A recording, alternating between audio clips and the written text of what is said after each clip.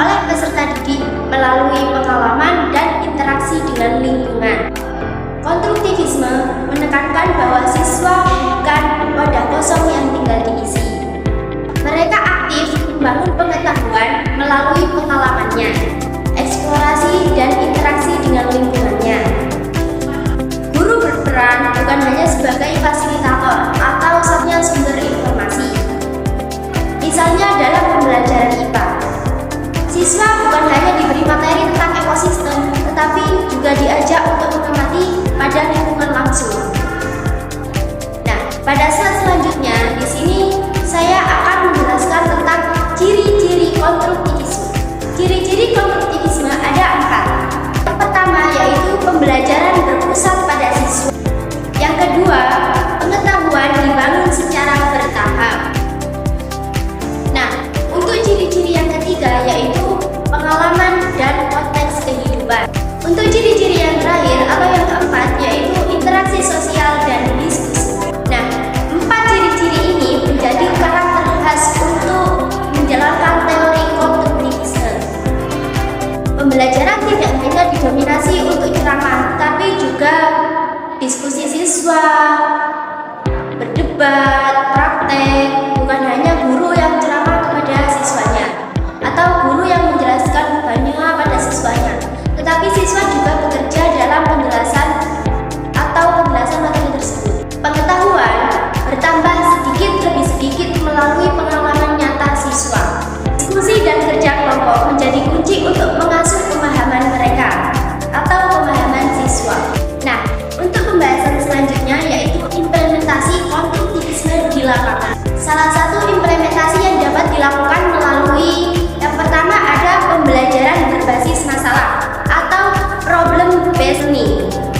Yang selanjutnya ada diskusi kelompok atau proyek kolaboratif, praktikum atau penyelidikan langsung ke lapangan sekitar. Seperti yang saya contohkan tadi, yaitu guru IPA mengajak untuk mengamati ekosistem di lingkungan sekitarnya dan mengumpulkan data untuk menjadi bahan observasi dalam materi tersebut. Setelah pengambilan data, ada yang namanya diskusi kelompok. Jadi, guru IPA harus mengajak siswanya untuk berdiskusi membahas tentang ekosistem tersebut. Kemudian menjadi kesimpulan. Guru IPA harus membimbing untuk terwujudnya kesimpulan dari materi ekosistem tersebut. Jadi, siswa dapat kesimpulan dari bimbingan guru IPA tersebut. Bukan siswa tiba-tiba menyimpulkan, tidak begitu, tetapi juga ada bimbingan dari guru IPA atau guru mata pelajaran tersebut. Sejalan dengan prinsip merdeka belajar, di mana siswa aktif, guru juga mendampingi siswa tersebut. Itu tadi yang saya jelaskan tentang teori konstruktivisme. Jadi, apa kalian paham tentang teori konstruktivisme tersebut? Teori konstruktivisme yaitu teori yang berpusat pada siswa. Maksudnya berpusat pada siswa yaitu siswa bukan hanya diam mendengarkan ceramah dari seorang guru atau menjelaskan dari seorang guru, tetapi siswa juga berdiskusi, kerja kelompok, praktikum ke lapangan, atau menjadi tadi itu diskusi ke lapangan langsung, atau banyak lain caranya untuk menjadikan siswa tersebut aktif, bukan hanya guru yang ceramah di depan. Ya, teori konstruktivisme menekankan siswa harus aktif dan guru juga harus membimbing. Nah, di sini kita akan memasuki pembahasan yang kedua, teori yang kedua, yaitu teori behaviorisme. Yang tadi konstruktivisme, yang sekarang kita akan bahas yaitu behaviorisme. Nah, pada pertama yang kita akan bahas yaitu tentang pengertian behaviorisme. Behaviorisme adalah teori belajar yang menekankan pada perubahan siswa atau perubahan perilaku siswa yang dapat diamati sebagai hasil dari interaksi antara stimulus dan respon. Nah, pada teori behaviorisme ini menekankan bahwa belajar telah terjadi jika siswa mengalami perubahan perilaku. Maksudnya perubahan perilaku yang nyata dari yang asalnya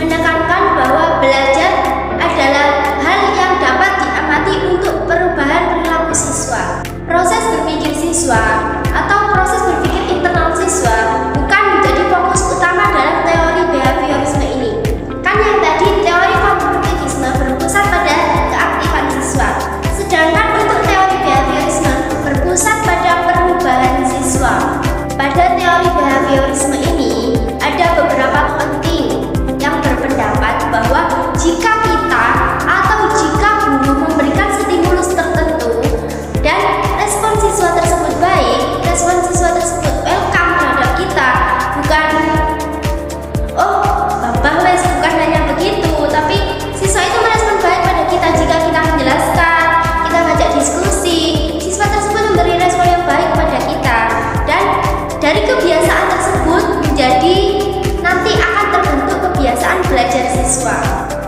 Untuk yang selanjutnya atau pembahasan yang kita akan bahas ini ada tentang pandangan kita terhadap behaviorisme. Jadi di slide saya ini yang saya akan jelaskan di sini ada 4 pandangan kita terhadap behaviorisme. Di sini saya akan mengambil poin-poin pentingnya saja. Pandangan kita terhadap behaviorisme. Yang pertama ada yang saya ambil poin pentingnya saja ya. Yang pertama yaitu belajar.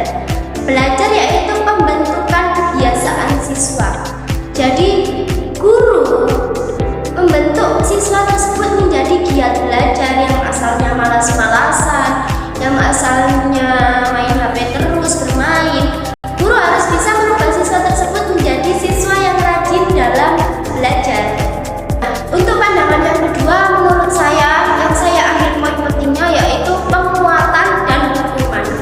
Jadi kita jika ada siswa yang mempunyai kesalahan ya, yang pertama kita hanya diberitahu, dinasihati jika perlakuan tersebut itu salah. Lanjutnya langkah selanjutnya kita sebagai guru, kita memberi hukuman kepada siswa tersebut. Untuk pandangan yang ketiga yaitu lingkungan yang dominan. Jadi bukan hanya guru yang harus menekankan siswa, merubah siswa untuk menjadi rajin belajar, tetapi lingkungan yang ada di rumahnya, lingkungan yang ada di sekolahnya.